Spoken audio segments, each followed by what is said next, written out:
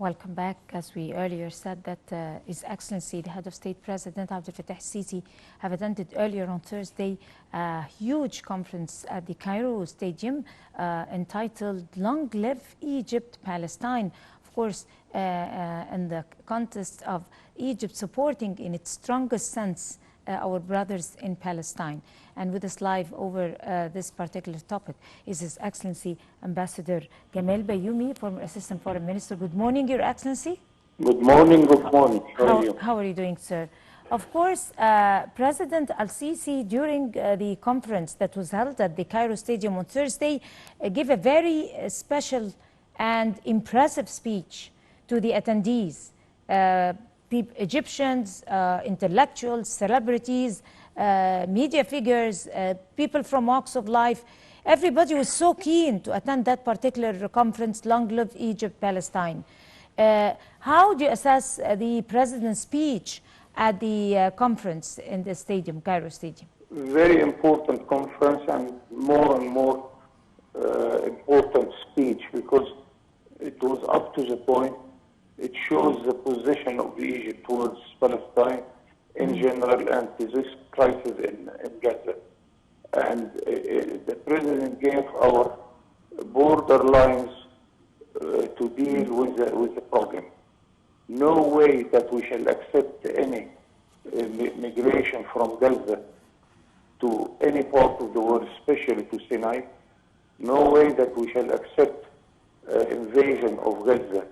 And always we are with the two-state solution in order to keep the rights of our brothers in Palestine, that we are with the openness of the Rafah border in order to supply the Palestinians in Gaza with all their needs, that we are with the idea of starting the truce for 4 days. We hope that it can be expanded and extended for more days in order to breathe, in order to feel, not only in Palestine, also for Israelis, because many Israelis also are suffering from this situation. It is a sad situation which we are against it, of course. All these messages were well defined by the President, and I think we made a small story of success here, and we gained the appreciation of all our partners in Europe and America and many places. We have the visit of the Prime Minister of Spain and Belgium. Right. I want to draw the attention that Spain never recognized Israel until mid-70s, when Spain joined the European Union. But Spain, Cyprus, Greece, all these countries did not recognize Israel until very late. This means that we are sure that they understand the problem, that they give good advices to all the parties, and they are helping the peace process to go on. Right. Your Excellency, talking about still looking over or observing the very impressive speech by President Abdel Fattah Sisi addressing the attendees back then on Thursday in the conference, he pointed out two very important facts. He explained to the attendees that the Arab region is facing difficult challenges. We're living in a very critical time, and he pointed out also to the fact of complete refusal of the forced displacement for the Palestinian people inside Gaza, and also the collective punishment that is brutally imposed by the occupation forces over the Palestinians, defying international law. If you like first to go to those 2 points. Yes, you're absolutely right, because the Palestinian problem, it's not only a Palestinian problem, it is our problem as Egyptians, as Arabs, and the whole Middle East region. And we all know that when Napoleon came and visited this part of the world, he was with the idea to invite the Jewish community in Europe and everywhere in the world to come and to occupy Palestine in order to cut the relation between the Arabs of the East and the Arab of the West, Maghrib and Mashriq. So Israel is serving a strategic purpose of the West to weaken the Arab world, which we will never accept.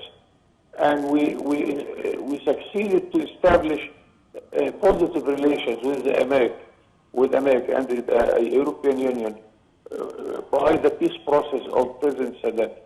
And we convinced that they do not need Israel in order to secure their requests in our area. What do they want? They want two things mainly. They want the freedom of navigation in the Red Sea and the Mediterranean and Suez Canal. They want the supply of oil to continue. And we secured since 1973 that those two requests are always there, and we are giving our oil and we are giving all our attention to the freedom of maritime in the area. So I don't see really the reason to this bluntly support to the Israeli aggression, and we are making good progress lately by making the whole world realize that this is a double standard policy which we'll never accept. Right. When we observe the Palestinian crisis, the final, this one, the current Palestinian crisis, we could find easily that this is the worst throughout 75 years of oppression, genocidal crimes, crimes against humanity, ethnic cleansing, and it's very obvious. This is different in a way that it had reflected through the practices of the occupation forces, the true colors of the Zionist entity, and also have acquired or have gained lots of world supporters to the Palestinian cause. But mainly Egypt was the main supporter since day one of this aggression against the Palestinians. We have organized a conference that was attended, a quick conference, peace conference summit that was attended by over 36 different countries, and we have never stopped support since day one to the Palestinian people. At the time, nobody stepped up to support the people inside Gaza. If you like to elaborate. This is not our new or recent policy. It is the Egyptian policy since 2,000 years before Christ, when our army went there to defend Palestine against the Hyksos invasion. Right. Since Muhammad Ali Pasha and his efforts in order to be there to protect the Palestinian land, since Salah ad-Din al-Ayyubi and his army against the Crusaders. So Palestine was always a sort of attraction for all those who want to come and to occupy this part of the world against the will of the Arab world. We will never hesitate. We gave not only our money or our army, we gave our soul. We have hundreds of thousands of victims. No Egyptian family without a victim during the different wars to defend the Palestine question. So it is part and it's deep in the heart of our national security, and we shall continue to defend it. When we observed the speech of President Abdel Fattah al-Sisi that was given on Thursday at the Cairo Stadium to the attendees, we could easily observe a very courageous, brave leader who never shied away to be able to back and support the stranded people inside Gaza. At a time, the political interests and the economic and all other types of complications got through in the way between Arab world to be able to stretch their hands and the people inside. But only Egypt stood, and only Egypt unified the countries who were ready to support Palestine, and also at the same time urged international community and exerted pressure over even the United States to exert pressure over Israel, and the result was the truce, the 4-day truce, and the exchange of hostages, calming down. How do you assess the Egyptian role inside this final Palestinian crisis? Although we are facing a disaster, but we have to be proud of our foreign policy. Right. We are the only country who has this type of very close relations with all parties, with the Palestinians, with all the borderline of the Palestine state, with the Israelis themselves. You know, of course, that I was the head of Israel Department as the Foreign Office. Right. And we had very positive discussions with leaders in the time of Menachem Begin or Shimon Peres and Ezra Weizmann. But those were leaders who discovered at the end that it is for the sake of Israeli future is to start a serious peace process, and they succeeded to do this with Egypt, with Jordan, and with Yasser Arafat in Oslo, 1993. Now, unfortunately, we do not have this sort of leaders in Israel. We have a prime minister who is threatened by going to the jail, so that the war is helping him to stay out of jail. We have ministers of this state who come to attack our mosque in Al-Aqsa, or to threaten us by the nuclear bomb. And here, a minister who I cannot describe him quite well, who uncovered something which Israel was hiding in the last 50 years, that they have nuclear weapons. Now he is threatening us to the whole world with this nuclear weapon, and right. He uncovered the double position of the West, who is shutting their mouths whenever it comes to the Israeli nuclear program, while they are so nervous if it comes to Iran or North Korea or something else.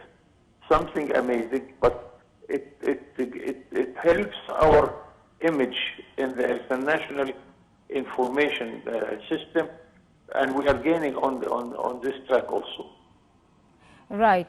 Also, the president warned of liquefying the Palestinian cause, and degrading it to a religious conflict, or the rest of the claims that was given by the occupation forces. He warned so much also of taking the Palestinian cause to that particular direction. If you like to elaborate. If you have the chance to read the annual file, which goes with our Minister of Foreign Affairs, when he joined the annual meetings of the United Nations General Assembly, you will find in the last 70 years that the Palestine question is #1 in this file. It is our international problem all over these years, not only Egypt, but the whole Arab world. We succeed to make the African Union to adopt this problem and to give the Palestinian Authority a chair in the African Union, although Palestine is not African.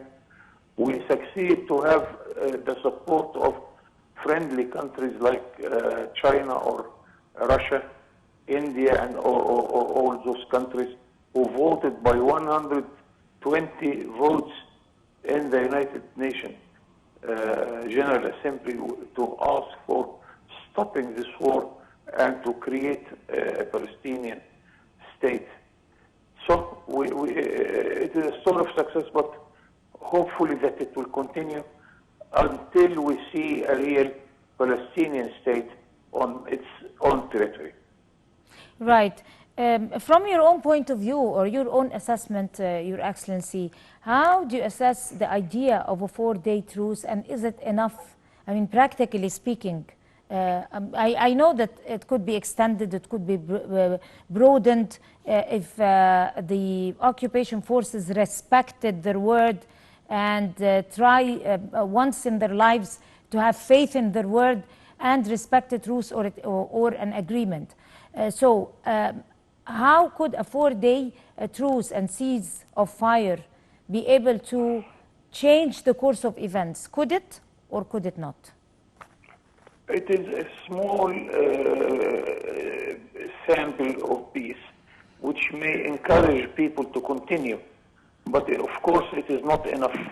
And we have to knock the doors, all the doors, in order to continue this truce much more days or even months, in order to give the chance for those who are ready to negotiate. And here we have a hidden agenda for the United States, Europe, and the NATO in general, that they want to support Israel, and another is declared agenda that they are with stopping war and killing people.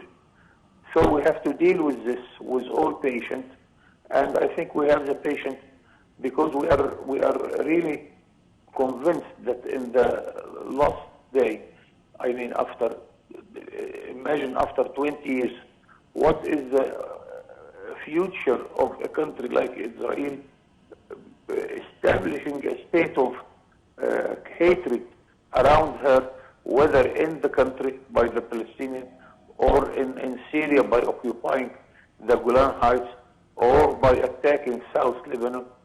All these things we are trying to convince Israel and the Jewish community that this is not in their favor.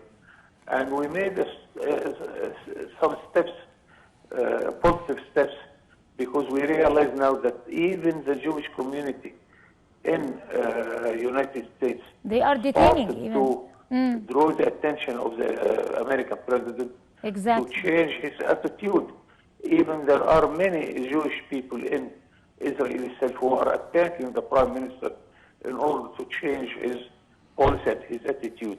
Right. So it needs patience. It needs that we be sure that we shall win at the end. But the stand of the Palestinians, right, sticking to their own land, is the most important factor in all this war. Right. Ambassador Bayoumi, you have less than 1 minute left, but still a brief question to you. Egypt have done its homework and gone a long way in efforts and have brought Qatar to the negotiating table, and the U.S., the biggest supporter for the Israeli occupation forces. But where do you see the role of an international community like the United Nations when Antonio Guterres, the Secretary General, expressed his gratitude to President Sisi and Egyptian administration, but still said that there is a lot to be done? Where is the role of the United Nations here? Where is the sanctions? Where is the statements, the decisions taken by this international community with the force in its hands? We have to realize that we make a small historic success in the United Nations by the General Assembly of the United Nations decision, right, where 120 countries supported us. We have a smaller success in the Security Council. The problem in the United Nations that we have the American veto, which will stop any decision which you are talking about against Israel. So it is paralyzed, and we cannot depend totally on the United Nations efforts. But we have our good connection with European Union, as you have seen today with the Belgian and the Spanish prime ministers. We have very good relation with many countries in Europe to support this, and in Africa and in the third world. So United Nations is not only the only area where we are practicing our efforts. the whole world we are addressing, and I think we are really succeeding in making our story and our cause very realized and well taken in many or the most of the countries of the world. Right. Your Excellency, Ambassador Gamal Bayoumi, former Assistant Foreign Minister, would like to thank you, sir, talking to the breakfast show. You have a beautiful day. We're going to go to a short break and we'll come to continue the breakfast show, so stay with us.